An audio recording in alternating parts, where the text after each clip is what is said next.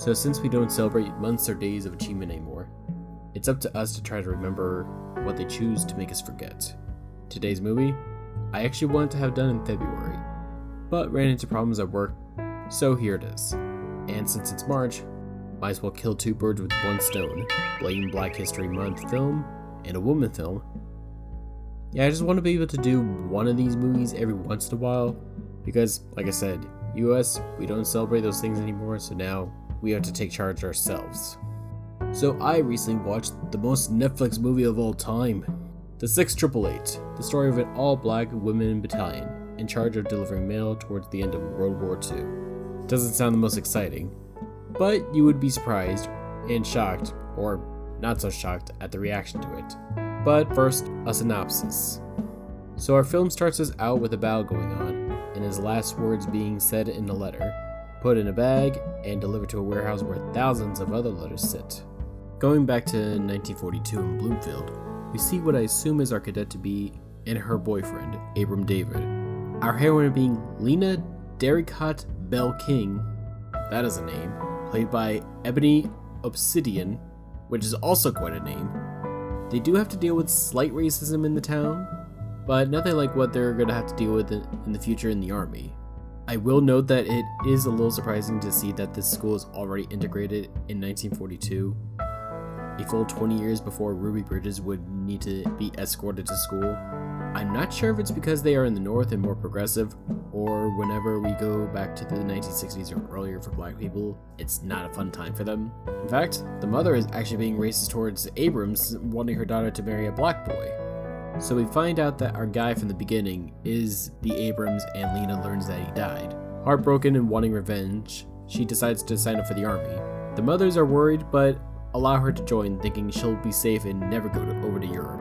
On the train ride, that observation comes up from earlier, where the North, they may be a little racist, but never deep South racist. They start separating the white women from the black women. And we get a look at most of our cadets here. They get inspected, measured, and shown to the dorms, where we finally meet our final and loudest character, Major Charity Adams, played by Kerry Washington. At first, I didn't like the way she was giving the speeches, sounded very over the top, but it does start to grow on you. And drill sergeants do have their way. I mean, just look at Full Metal Jacket.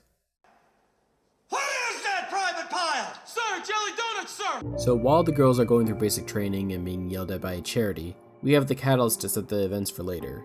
We see this woman standing outside this lady's house, who turns out to be Eleanor Roosevelt, wanting to talk to her about the mail not getting through to them. She sets up a meeting with President Roosevelt, Mary McLeod Bethune, and General Holt. Brought to us by Sam Waterston, Susan Sarandon, Oprah Winfrey, and Dean Norris. Holt keeps saying that the reason for the backlog of mail is because the trucks are needed for the supply line. McLeod suggests using the Negro Women's Army Corps, since he can't spare any of his other troops. Charity finally gets the orders she was looking for to go over to Europe as the Postal Battalion. The Postal Battalion? The women arrive in Europe and begin the logistical nightmare hell that is the post office. I really do like the montage of actually cleaning out the abandoned school and turning it into their base of operations. Setting up a cafeteria, a salon, even a chapel. You see them hit a few rough patches starting out, sending to the wrong guy, return to sender, or just having very little to go off of on the letters. But with a time limit of 6 months and no training or direction or even orders to go on, you work with what you have. Probably my favorite scene is after the church and that god-awful sermon. Charity sends the chaplain that the army sent packing. They do eventually start coordinating the girls into different roles, using what expertise that they have to their advantage in order to find out where in the world is Robert Smith. That's just not as good.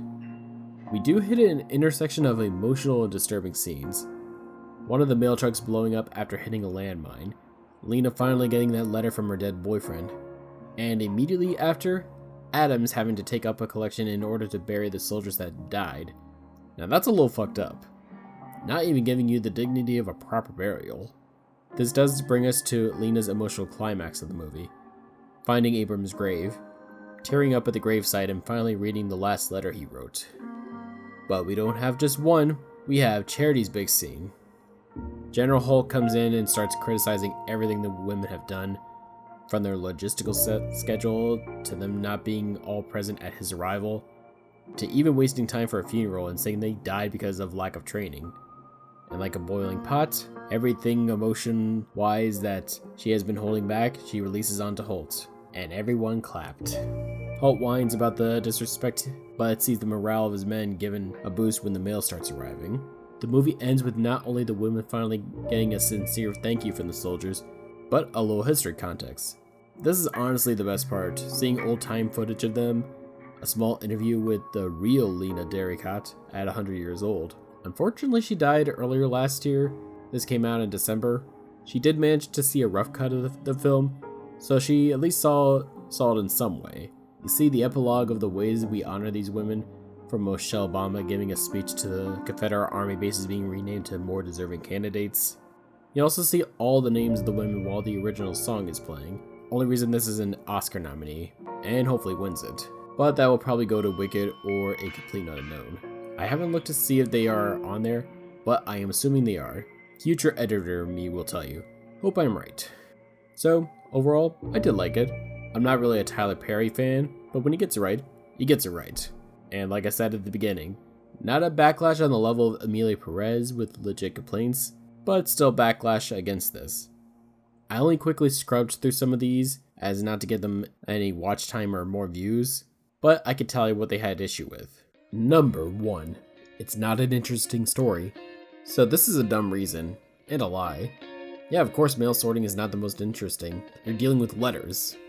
That was literally a joke that they made in Hot Fuzz, making the most action-packed paperwork you can do. The main meat of the story is going through what the women have to deal with little to no support.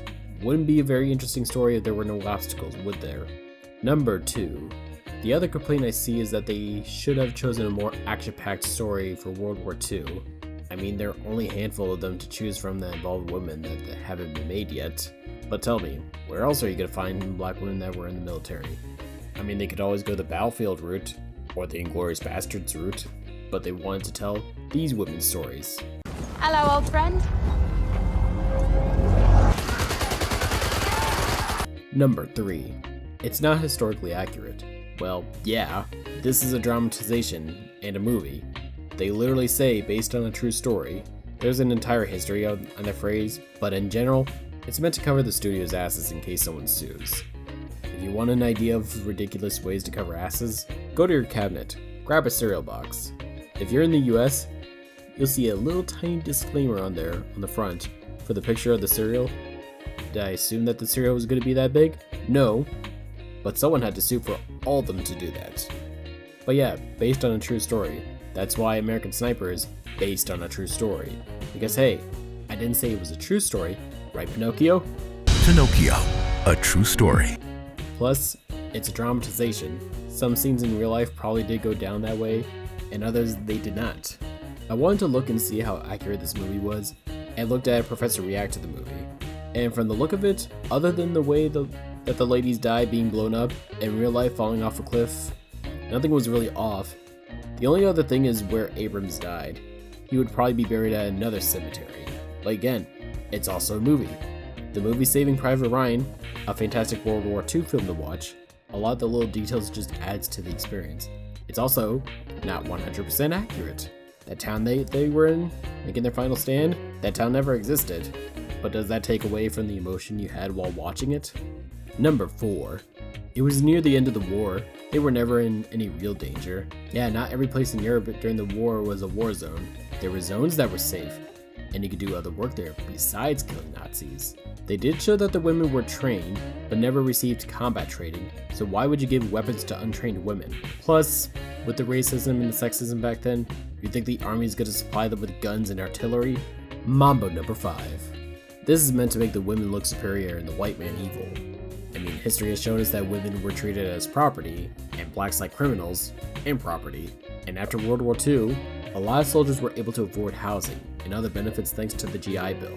Thousands were approved for white soldiers, but for black soldiers... 2. That's easy. 200 is twice 100. Not 200, just 2. 2? The racism only really starts to shine as they go south, which yeah, many a reason why the South is majority white. And the movie is about their struggle, trying to help, trying to be better, trying to be all you could be, and being questioned, insulted, and mocked at every turn. Questioned about your legitimacy in being here. I think that my only real complaint is about Dean Norris's character being over-the-top racist with his deep southern accent. I can do that. I can sound like a southern man. Yeah, I'm not gonna do that voice. That's an easy voice to go into, but yeah, his voice I did not really like being over-the-top southern. They got time to get their hair done, but they do not have time to be inspected by their general. Now if he were to have some type of preconceived view of the blacks, then maybe changed him, or if he was being racist for another reason besides just not liking black people. But no, it's all in him. He doesn't really have a reason to other than just because. I say that's poor storytelling, but then again, racism is illogical in of itself, so what you could do. I think those are the main ones people have that are the reason that they don't like the movie. And I mean, history has shown the reason why movies like this need to be made more now than ever. Because tell me, did you even know about these women before this movie? I didn't. End of the movie, Lena herself is literally saying he never got the recognition.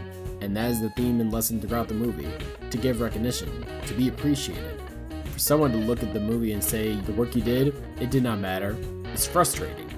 That's also the theme for the original song nominee that plays at the end of the movie. To persevere, to not give them the satisfaction of your defeat, to prove them wrong. So ladies, I say the 688 is a fine movie to show to anyone. It tells you in the face of adversity, you don't turn away, you face it. It shows not every moment in history has to require shooting, killing, or stabbing something. This movie is also a small way of saying that we existed, we mattered, and no one can take that away from you. Alright, we got that one done with. What's a movie you want to see a review of? Something new, something old, something weird? While you're typing, please like, share, subscribe. You know the drill. Come on, who's gonna be the first comment down there? Who is it? You make a comment down there, I'll shout you out in the next video. Maybe. If I remember. Okay, I'm done. You can go do whatever now. Bye.